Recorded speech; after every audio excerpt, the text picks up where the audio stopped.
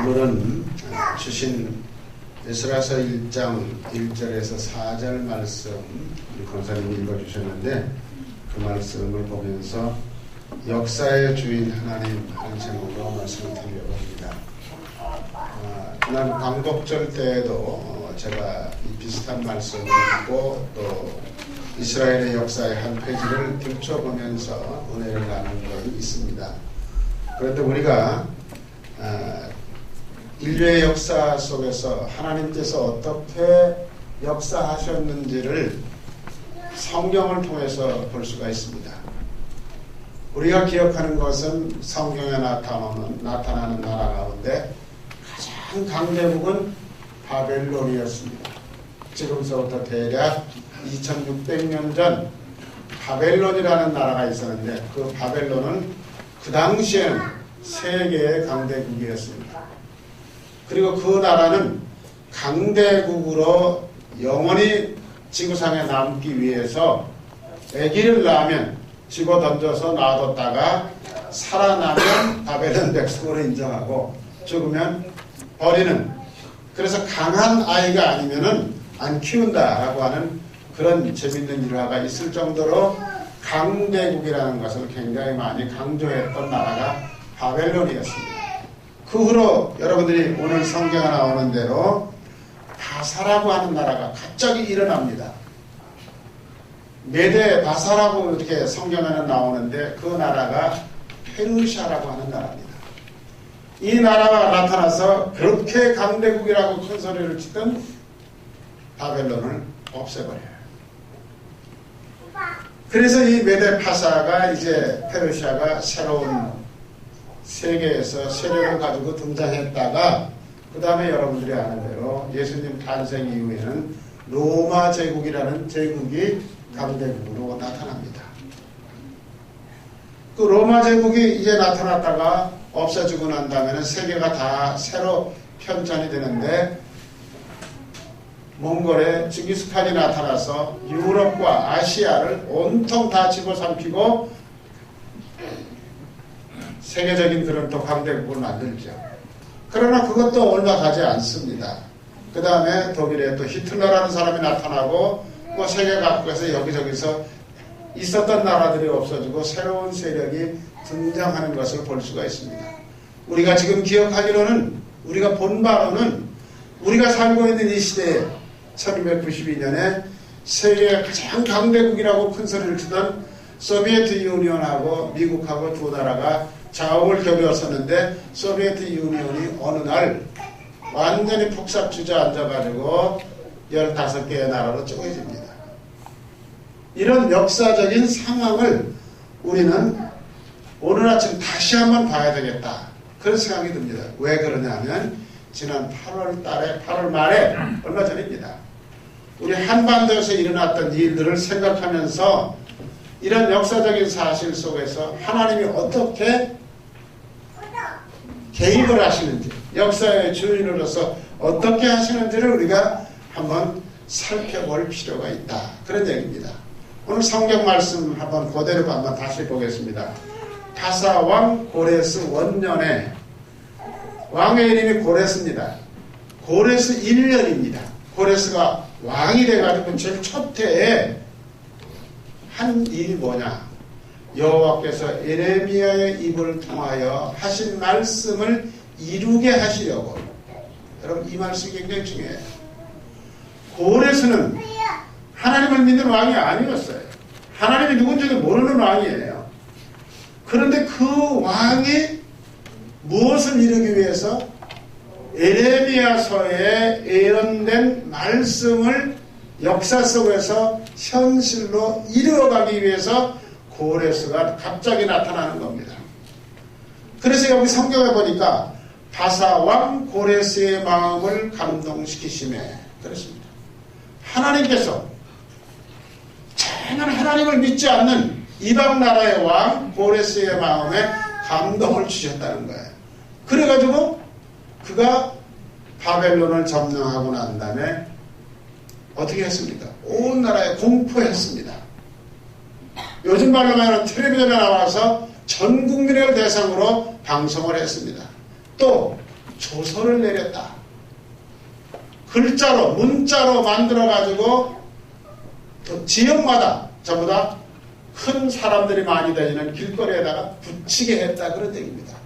아주 적당히 숨어서 비밀리에 어떤 일을 이룩한 게 아니고 이렇게 공포도 하고 조서도 내렸는데 바사왕 고레스가 뭐라고 말했느냐?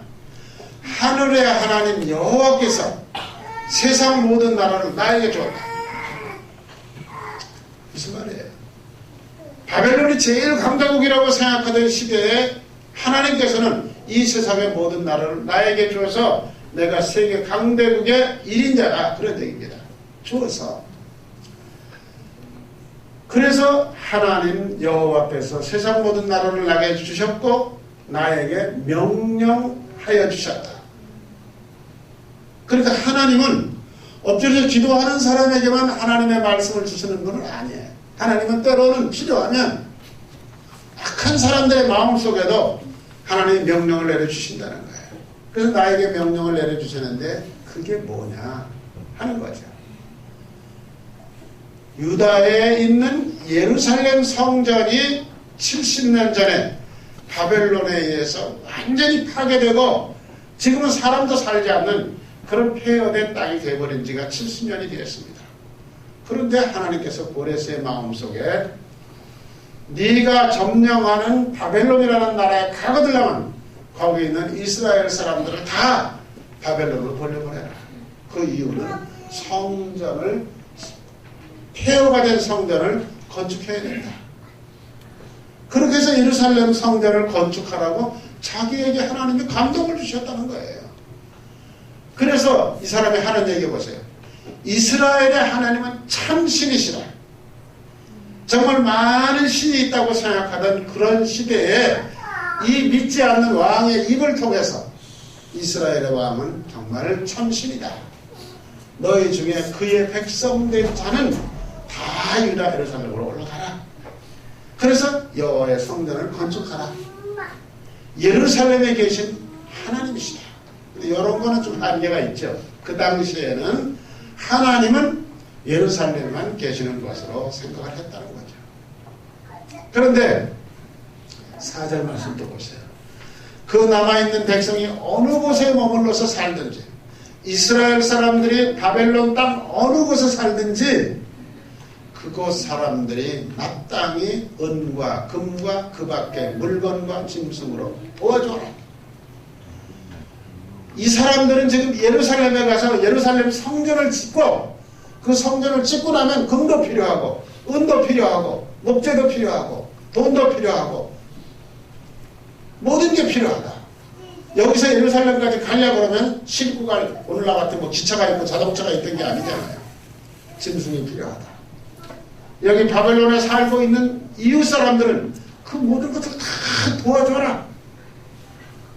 그리고 그것은 그 사람을 도와주는 게 아니라 유태인들을 도와주는 게 아니라 예루살렘에 있는 하나님의 성전을 재건하는데 너희들이 도움을 주는 거니까 기쁘고 즐거운 마음으로 내놔라. 성경이 지금 그렇게 얘기하고 있어요.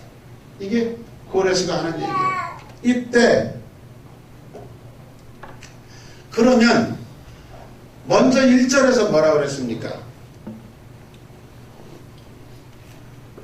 예레미야가 얘기한 것을 예언한 것을 하나님께서 이루시기 위해서 그 방법으로 고레스라는 사람을 갑자기 끌어다가 다 붙여놓으셨어요. 그런데 그럼 예레미야가 뭐라고 얘기했느냐? 예레미야 29장 10절에서 14절까지 말씀입니다. 여호와께서 이와 같이 말씀하시느냐? 이거 예레미야가 하는 얘기예요. 바벨론에서 70년이 차면 내가 너희를 돌보고 나의 선한 말을 너희에게 성취하여 너희를 이곳으로 돌아오게 하겠다. 이스라엘 백성들이 바벨론의 포로로 끌려갈 때 그때 예레미야가 끌려가는 이스라엘 백성들에게 뭐라고 말했느냐? 너희들 거기에서 70년만 고생해.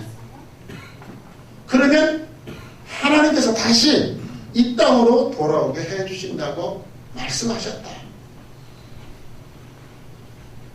여호와의 말씀이니라. 너희를 향한 하나님의 생각은 평안이다.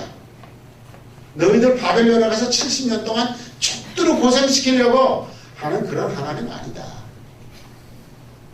너희들이 적어도 평안한 세상을 살려면은 70년이라는 동안 다른 나라에 가서 고난을 당하면서 훈련을 받아야 평안이 뭔지 너희들 알게 될 거다. 가르치시는 하나님이에요. 재앙이 아니라 너희의 미래에 희망을 주려고 하는 거다. 너희는 미래에 희망을 주기 위한 것이다. 여러분, 우리도 이렇게 생각해 본다면 지금 남북이 갈라져서 70년 동안 이렇게 반복하고 있는 것도 어쩌면 하나님께서 우리 한국 사람들에게 뭔가를 가르쳐 주시기 위해서 지금 시간을 끌고 계신다. 그러면 이 역사의 현실 속에서 내가 정말 기도하고 배워야 될 게 뭔가, 그걸 우리가 생각해야 돼. 29장 12절에 너희가 그러나 지금 해야 될 일이 있다. 70년 동안 너희들이 해야 될 일이 있다. 예레미야 선지자가 보따리에 싸가지고 떠나는 이스라엘 백성들에게 하는 얘기가, 하나님께서 너희들에게 평안을 주시기 위해서 너희들 바벨론으로 보낸다. 그리고 하나님은 너희들 마지막에는 소망을 주시기 위해서, 희망을 주시기 위해서 바벨론으로 보내는 거다. 그러면 지금부터 너희들 뭐 할 거냐? 너희가 내게 부르짖으며 내게 와서 기도하면 내가 너희들을 기도를 들을 것이야. 고생스럽더라도 너희들은 거기 가서 하나님 잊어버리면 안 된다. 기도해라, 그런 얘기예요. 기도해라. 너희가 온 마음으로 나를 구하면 나를 찾을 것이고 나를 만나게 되리라.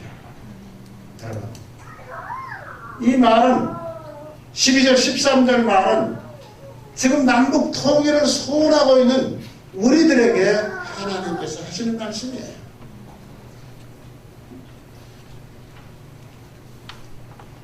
바벨론의 이스라엘 백성들이 바벨론을 벗어나서 예루살렘으로 돌아오기 위해서 이스라엘 백성들은 바벨론에 가서 뭘 했습니까? 우리 한국 사람들처럼 독립군 만들었습니까? 물론 나름대로 어떻게 하면 우리 고향 땅으로 돌아갈 수 있을까? 궁리는 많이 했겠죠. 그 머리가 좋은 이스라엘 사람들이 바보들처럼 가만히 앉아있지는 않았을 겁니다. 유태인들이 어떤 사람들입니까? 지금 이스라엘 본토에 살고 있는, 본토라는 나라가 우리나라 강원도 땅만 합니다. 거기 지금 500만 정도가 살고 있습니다. 그런데 이 지구상에서 그 500만 살고 있는 강원도 땅만한 이스라엘, 그걸 건드릴 나라가 없어요. 그런 이스라엘이 그 당시에도 가만히 있었겠느냐 이거예요. 뭔가 이런 방법 저런 방법으로 바벨론을 벗어나기 위해서 온갖 궁리를 다 했겠지만 성경에는 그런 기록은 없습니다. 그 말은 무슨 말일까요? 바벨론에서 풀려나는 것은 이스라엘 사람들이 몸부림치고 독립운동을 해서 된 게 아니다. 예레미야 선지자가 성경에 약속하고 예언한 대로 하나님께서 그 말씀을 그대로 차근차근 한 달 한 달 70년 동안에 이루어 가시는 일을 보여주시기 위해서 하나님의 역사의 주인으로 개입하셨다는 얘기입니다. 자, 여러분, 그걸 어떻게 알 수 있습니까? 우리 시편을 좀 봅시다.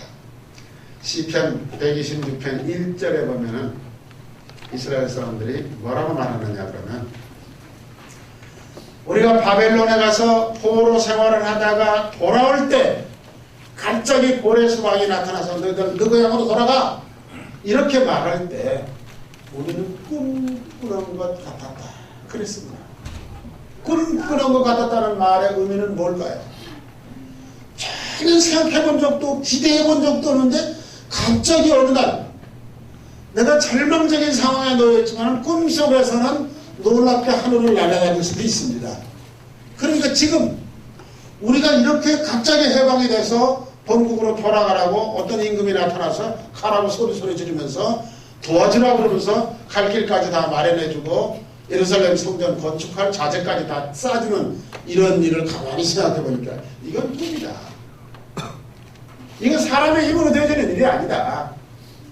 2절에 그때 우리의 입에는 웃음이 가득하고 우리의 혀에는 찬양이 찼었어요. 노래 부르지 않고는 견딜 수가 없었다.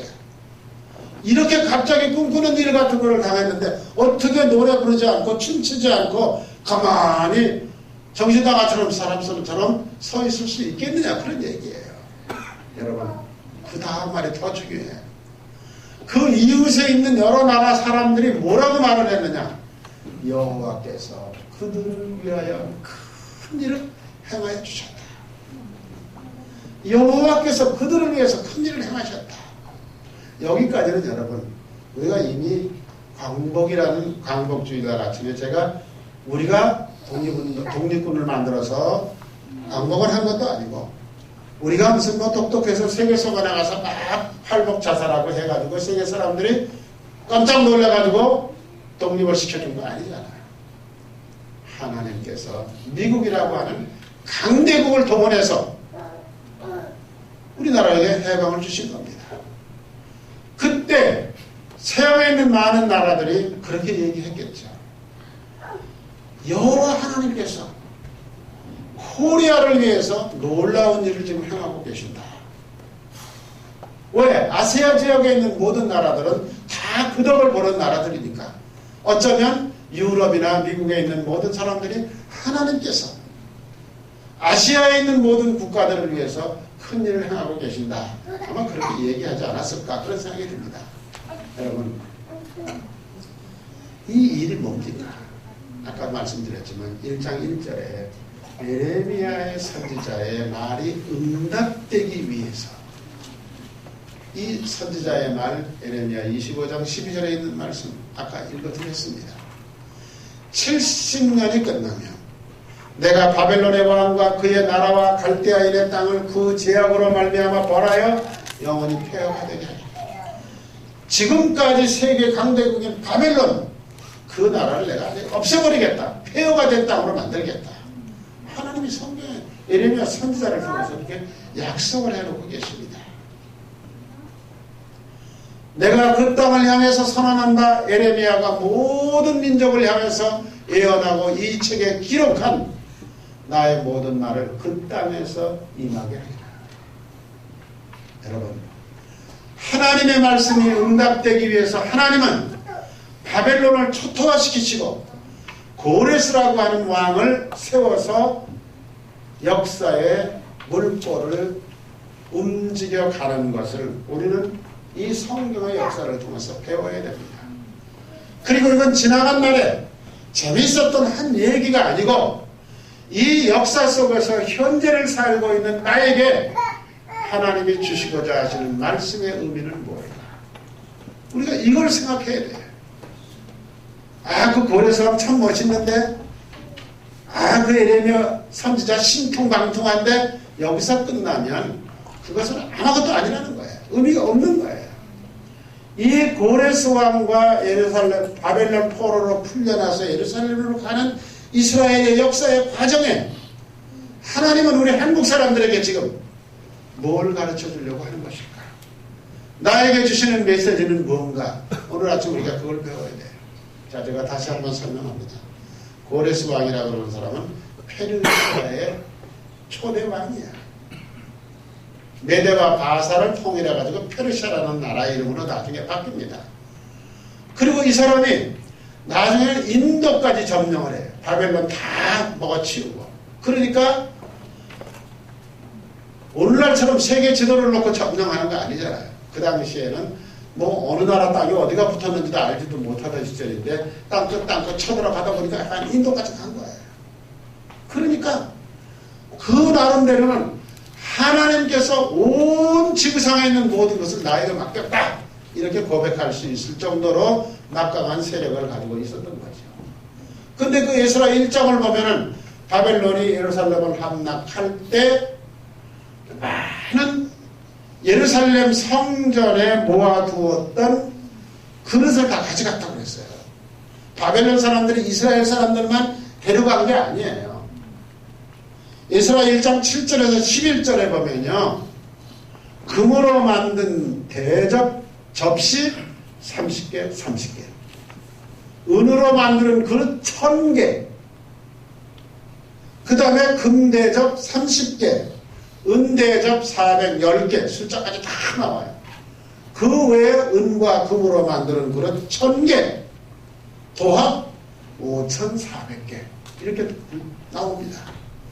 그러니까 금과 은으로 만들어서 예루살렘 성전에서 귀하게 사용하던 물건들을 바벨론 사람들이 다 가져가는 거야.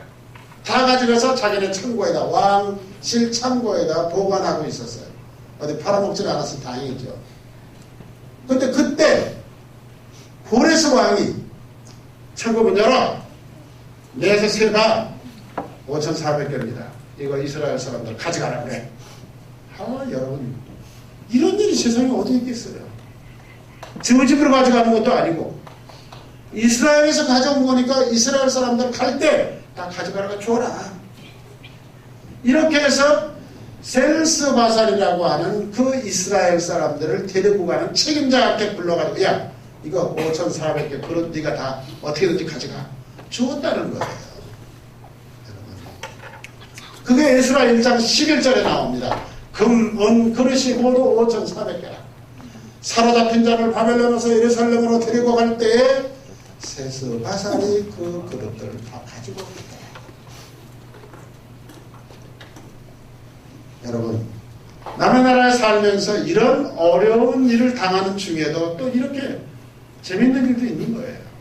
그런데 여러분, 이런 역사적인 사실을 여러분들 마음속에다 이제 깔아놓으시고, 지난 8월 달에 8월 22일입니다. 22일 밤 9시가 되면 우리나라 전쟁이 일어난다고 모두 온 세계가 한반도를 내려다보고 전부 다 집중하고 모든 방송 기자들이 전부 다 한국으로 몰려와서 난리를 치고 있을 때입니다. 그런데 그 시간, 마지막 카운트다운 시간이 되기 3시간 전인 6시 30분에 북한에서 연락이 왔어요. 우리 지금 급하게 회의를 합시다. 당국자 회의를 합시다. 여러분, 이 사진에 나오는 게 남한 지도와 좌우에 북한 지도고, 그 다음 북한의 평양 쪽에서 지금 전부 포를 하늘로 쏘아 올리는 그런 그림이에요. 정말 긴박했어요. 그런데 참 이상한 게 하나 있어요. 그 전에 연평도 사건이 일어나고, 뭐, 비무장지대에 대해서 무슨 사건이 일어나고 그럴 때는 휴전연합이 일어나고 난 다음에 공식적으로 일어난 사건만 530가지래요. 30번이래요. 그런데 한 번도 그때 일어날 때마다 우리나라 사람들은 어떻게 하는 줄 알아요? 야, 전쟁 난다. 라면 사가지고 집집마다 창고에다가 막 재기 시작을 했다는데, 요거는 아주 긴박하게 돌아가는데도, 이북에서 준전시 상태라고 그러면 난리를 치는데도 라면 사러 가는 사람 거의 없다는 거예요. 이상하죠? 세계 뉴스는 전부 한반도에 쏠려 있는데 한국 사람들은 천하태평이야. 어떻게 이런 일이 일어날 수 있을까 하는 얘기죠. 그래서 이제 그 다음, 이건 여러분들이 텔레비에서 수도없이 많이 본 사진이에요. 북한의 이 대표들이 두 사람하고 남한의 대표 두 사람하고 이제 만나가지고 6시 30분입니다. 22일 날 평화의 집에서 처음 악수를 했습니다. 그리고 이렇게 앉아가지고 회의를 했죠. 인류 역사상 국가와 국가가 회의를 하는데 이렇게 장시간 동안 밤잠도 안 자가면서 회의를 한 적이 있었느냐? 없었답니다. 그런데 여러분, 이게 타임즈 표지예요. 타임즈에 이쪽에 있는 김정은이 우리가 텔레비에서 보는 것보다 얼굴이 훨씬 잘생긴 것 같아요. 둥글둥글하고요. 살도 찌고. 그런데 그 뒤에 영문 글자를 보면 김정일이 이름이 나와요. 김정일의 아들이다. 그 밑에 작은 글자들은 노스코리아의 철없는 지도자, 뭐 이런 뜻으로 다 영어로 써놨어요. 근데 이쪽에 박근혜 대통령은 뭐라고 썼느냐? 스트롱맨스 도터. 박정희 장군이 아주 스트롱맨이라고 서양 사람들이 알고 있는데 그분의 딸이다 이거죠. 그러니까 그 말은 무슨 말이냐면 이 여자도 스트롱맨이다 그런 얘기입니다. 보세요. 그렇게 금방 전쟁이 일어날 것처럼 북한의 군대가 다 38선 지역으로 모이고 여러분 아는 대로 잠수함이 북한이 가지고 있는 게 70대였다는데 50대가 물속으로 어두른 거 사라져버렸어요. 그래서 어디서 뻥 터질런지 모를 정도로 전쟁의 위기가 있었는데 그때 신문에 보도되지 않았습니다. 무슨 일이 일어났는 줄 아세요? 하나님께서 공산주의 국가 바사의 고레스 왕을 사용하시듯이 중국을 사용하시는 스토리가 나옵니다. 중국 인민해방군 39집단에서 10만 명이 중국 북한 국경선에 전부 집결을 했습니다. 10만 명이. 그리고 탱크가 수백 대가 그 국경선에 중국 탱크가 다 진을 치고 있었다는 거예요. 그런데 그때 왜 이런 일이 일어났을까? 중국에서는 외신 기자들에게도 절대 발표하지 말아라. 절대 안 된다. 사진 한 장도 못 찍는다. 다 그렇게 지시를 해놓고 비밀리에 그렇게 했는데, 그리고 인민해방군에게는 1급 경계 태세를 유지해라. 지시가 내렸어요. 그리고 연변지역, 우리가 알고 있는 조선족이 제일 많이 살고 있는 연길이라고 그러죠. 연변지역은 누구도 사진 찍을 수 없다. 동영상 더군다나 찍을 수 없다. 그래서 길거리에 군인들이 다 총 들고 서가지고 사진 한 장 못 찍게 했다는 거예요. 그런데도 요즘 세상이 어떤 세상입니까? 그런다고 못 찍습니까? 그것도 찍어가지고 나오는 거예요, 사진이. 그리고 왜 이렇게 북한군이 하느냐? 한반도에서 지금 전쟁이 일어날 가능성이 너무 높기 때문에 그 전쟁에 대비해야 된다. 그래서 CNN 기자가 물었어요. 중국 공산군들 그 높은 사람한테. 그러면 전쟁이 일어나면은 북한하고 중국하고는 동맹을 맺어 있는 상황이니까, 군사 동맹을 맺어 있는 상황이니까 북한을 도와주기 위해서 여기 10만 명 군대가 있고 탱크가 와서 진을 치고 있는 거냐? 그랬더니 그분이 하는 얘기가 있어요. 이렇게 말했답니다. 전쟁을 일으키려고 하는 어리석은 생각을 하는 상황에서 전쟁하면 너 죽는다. 그것을 보여주기 위해서 우리가 탱크를 갖다 놓은 거지 북한을 도와주려고 갖다 놓은 건 아니다. 그 다음에 북한에서 전쟁이 났다 그러면 틀림없이 많은 사람들이 대동강하고 압록강을 건너서 중국으로밖에 올 수가 없다. 한 명도 못 넘어온다 하는 것을 보여주기 위해서 탈북자들을 막기 위해서 그렇게 했다. 그리고 우리는 매년 이런 훈련을 실시하고 있다. 그런데 지금까지 매년 그런 훈련을 실시한다고 우리도 몰랐고 또 보도된 적도 없답니다.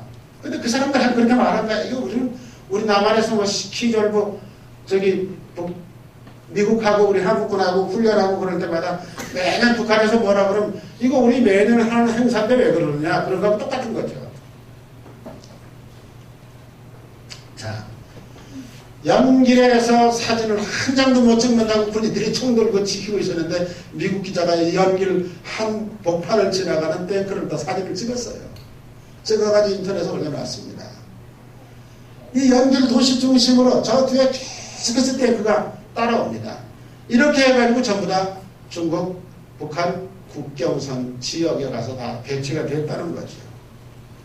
자, 그럼 중국은 그렇게 했고, 그럼 미국은 어떻게 했느냐? 여러분, 한번 그것도 볼 필요가 있습니다.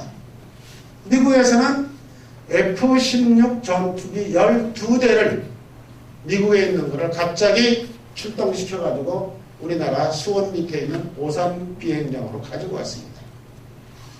그런데 이게 F-16 전투기라고 하는 거는요, 12대 얼마 안 되는 것 같죠. 이게 보통 파워가 센 비행기가 아니랍니다. 12대만 떴다 그러면 뭐 순식간에 북한 땅 다 초토화시킬 수 있는 무기를 가지고 싣고 다니는 비행기래요. 그 다음에 미국의 기계화 부대와 무장으로 완전 무장하는 헬기 30대가 동두천에 배치되어 있어요.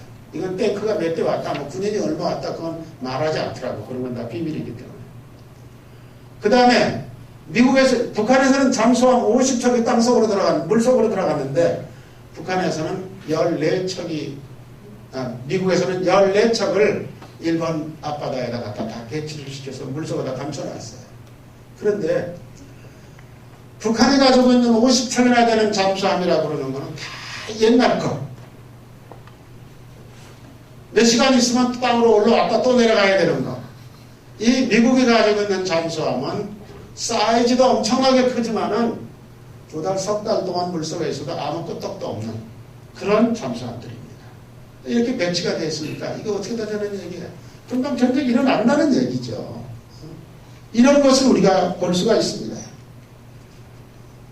그래서 이런 상황이 어떻게 만들어졌을까? 우리가 그런 생각을 할 수가 있습니다.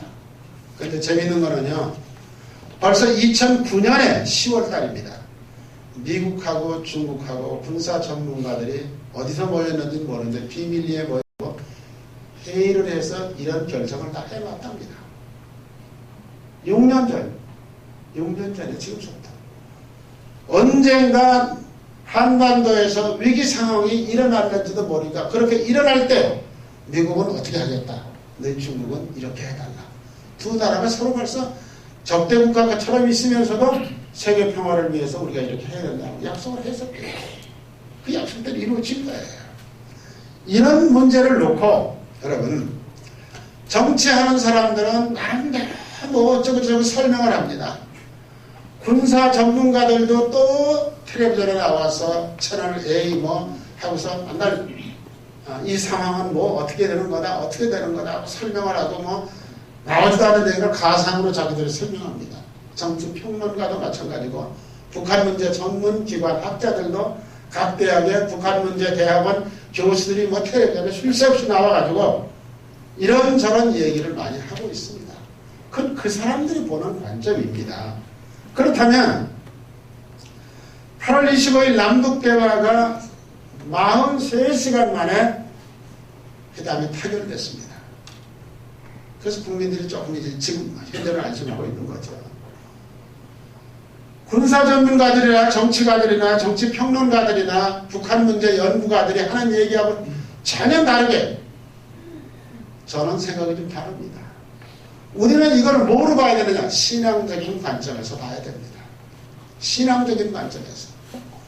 잠언 16장 4절에 그런 말씀이 있습니다. 여호와께서 온갖 것을 그 쓰임에 적당하게 지으셨으나니 악인도 악한 날에 적당하게 하셨느니라. 하나님을 모르는 고레스 같은 악한 왕도 이스라엘 백성들을 바벨론에서 풀어주시기 위해서 하나님께서 그를 적당하게 사용하셨습니다. 마찬가지로 한반도에 전쟁이 일어나서는 안 되겠다고 하는 것 때문에 아주 결정적으로 위험한 순간에 하나님께서 공산주의인 중국 인민해방군을 적당하게 사용하신 겁니다. 우리가 그렇게 봐야 됩니다. 그게 크리스천의 관점입니다. 그러니까 하나님께서 역사를 주관하시는 것이지 누가 무슨 군사력이 우수하다고 그러고 전쟁하려고 마음먹었다고 그래서 전쟁이 일어나는 건 아니다. 저는 그래서 이번 남북회담을 통해서 우리가 얻은 것 뭘까? 마지막으로 설교를 정리하면서 6가지로 제가 한번 적어봤어요. 지금 첫째, 남북 간의 긴장 상황을 통해서 국민들의 단합된 모습을 보여줄 수 있었다. 여당, 야당, 정치인들까지도 한 목소리를 냈습니다. 그동안 박근혜 대통령 욕하고 난리치던 젊은 청년들이 오히려 야, 우리가 이러면 안 된다. 전쟁 나면 우리가 한판 붙자. 그리고 제대를 연기하겠다고 그러는 사람은 숫자는 많지는 않았지만 그런 사람들 또 예비군들 가운데 제대한 지 얼마 안 되는 사람들이 전쟁 나면 우리를 부를는지도 모르니까 우리 군복 입을 거 준비하고 군화 닦아놓고 나가자. 그리고 박근혜 대통령이 일선 부대를 군복 입고 찾아가서 자 여러분 장군들 전쟁이 일어났다고 그러면 나한테 보고할 필요 없습니다. 장군들이 앉은 자리에서 북한을 향해서 할 수 있는 모든 조치를 다 하고 그 다음에 나한테 보고해도 괜찮습니다. 이거 마음대로 하라는 거죠. 지금까지 우리가 그렇게 한 일이 없어요. 여러분 이번에 연평해전이라고 하는 영화를 보셨으면 알겠지만 우리 배가 그냥 박살이 나고 있는데도 해군 참모총장과 해군 장교들과 우리 연합사령부에서 뭐라 그러는지 아세요? 절대 대항하지 말아라. 포 쏘지 말아라. 그냥 맞아라. 그런데 이번에 박근혜 대통령 그렇지 않았다는 거죠. 그러다 보니까 전 국민들이 어쨌든 주먹 불끈 쥐고 하나가 됐다는 거죠. 짧은 시간이지만. 그 다음에 두 번째는 박근혜 대통령 욕도 많이 하고 뭐 이러니 저러니 했는데 어쨌든 군복 입고 탁 그 전방 사단에 가서 찾아가서 앉아가지고 장군들 모아놓고 지시하는 거를 보면서 아, 이 양반 대단한 또 지도력이 또 있구나. 국회가 두 편으로 갈라서 가지고 일을 못하는 거지. 이분이 정말 국가 방위의 책임자로서 강인한 힘이 있구나. 함부로 국민들이 알게 된 거죠. 그 다음에 세 번째는 여러분 우리나라 지금 젊은 청년들 가운데 미국 나가라 그러고 메가더 장군 동상 헐어버려야 된다고 하고 미국을 욕하는 사람들이 너무너무 많습니다. 그런데도 불구하고 위험 상황이 딱 닥치니까 한국과 미국이 그 다음에 거기 또 공산주의인 중국까지 끼어들어가지고 역할을 해주는 것을 우리 눈으로 보았습니다.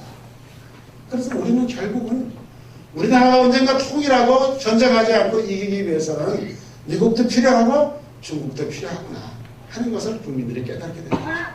이게 굉장히 중요한 공부를 한 겁니다. 그 다음에 김정일이가 지 맘대로 뭐든지 다 할 수 있을 것처럼 말끝마다 서울을 불바다 만들겠다, 까부수겠다, 말도 아주 쌍소리 그렇게 해가면서 항상 거짓말하고 공갈을 쳤는데 이거는 아무 소리를 못했어요. 회의를 하는 평화의 집에서 회의하다 말고 수도하면 전화로 다 얘기할 수도 있고 보고할 수도 있고 회의하는 장면이 북한의 김정일이한테 화면으로 보고가 됐답니다. 우리나라 박근혜 대통령한테 화면으로 보고가 됐어요. 그런데도 불구하고 그 두 사람이 회의 스톱시켜놓고 평양에 갔다 왔대요. 몇 번은 가서 보고하고 얘기 듣고 오고 그런 거예요. 근데 가서 특별한 지시가 없었어요. 될 수 있으면 참아라. 우리가 김정일이가 하는 얘기예요. 김정은이가. 그리고 이번에 절대 말썽 일으키지 않고 그냥 적당히 해결해라. 그런 식이죠. 왜? 중국이 저렇게 탱크를 다 앞세워놓고 10만 명사를 동원하고 있죠. 남한에서 절대 옛날 사람이잖아 맞아주지 않겠다 하고 버티고 있죠. 미국이 또 군사력을 다 동원해가지고 비행기까지 전부 다 오산으로 가져오고 있죠. 그러니까 아 이거 잘못 건드렸다간 큰일 나겠구나. 김정은이 생각도 그런 생각을 하는 거죠. 그래서 다섯 번째는 국민들이 북한에 대한 자신감을 갖게 됐어요. 북한의 군대가 120만 명이에요. 현역 군인이. 우리나라는 지금 50만 명입니다. 절반밖에 안 돼요. 탱크 숫자, 비행기 숫자, 총 숫자 우리가 감히 따라갈 수가 없다고 그랬어요. 그런데 이번에 알려진 거는 뭐냐면 전부 2차 대전 이후에 만드는 구구식 총이라는 거예요. 무기도 다 옛날 무기 숫자만 많이 갖다 놓고 큰 소리 치는 거지 실제적으로 붙어보자 그런다 그러면은 우리가 가지고 있는 게 지금까지 내놓지를 않아서 그렇죠. 얼마든지 이길 수 있다. 그래서 우리 대한민국 국민들 마음속에 자신감이 생겼다는 거예요. 그 다섯 번째까지는 일반적인 얘기예요. 여섯 번째가 중요해요.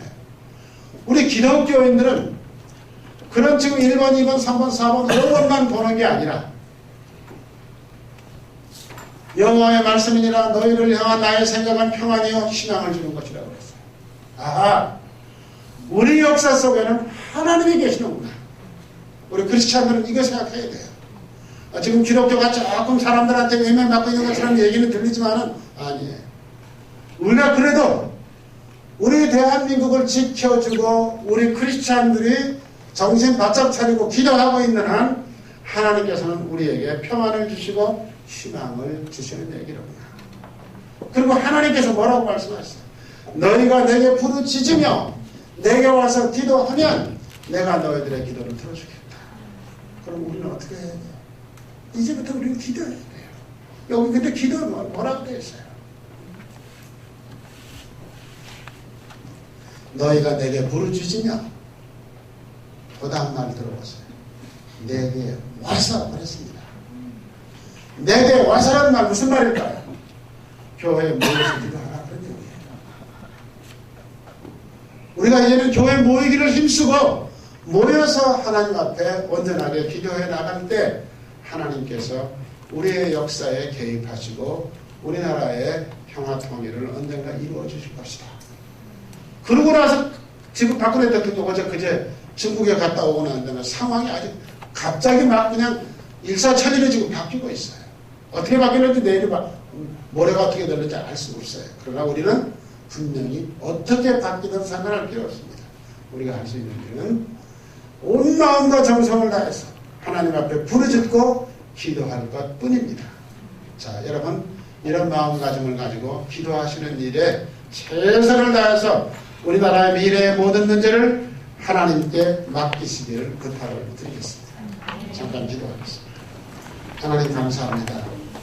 우리 민족이 지난 8월 20일부터 시작을 해서 지금까지 짧은 기간이었지만 숨막히는 시간들이었습니다. 그럼에도 불구하고 하나님께서는 역사를 주관하시고 우리 민족의 미래의 꿈과 희망을 주시기 위해서 중국을 동원하시고 미국을 동원하시고 우리 한국 사람들의 젊은이들 마음속에 하나가 되는 역사를 만들어 주셔서 감사합니다. 이런 상황 속에서 우리 그리스도인들은 이제 하나님께 부르짖고 나와서 기도하라고 하셨사오니 우리가 기도를 게을리하지 않고 하나님께서 우리 민족에게 평화의 통일을 주실 때까지 쉬지 않고 기도하는 저희들 되게 도와주시옵소서. 예수님의 이름으로 기도하옵나이다. 아멘.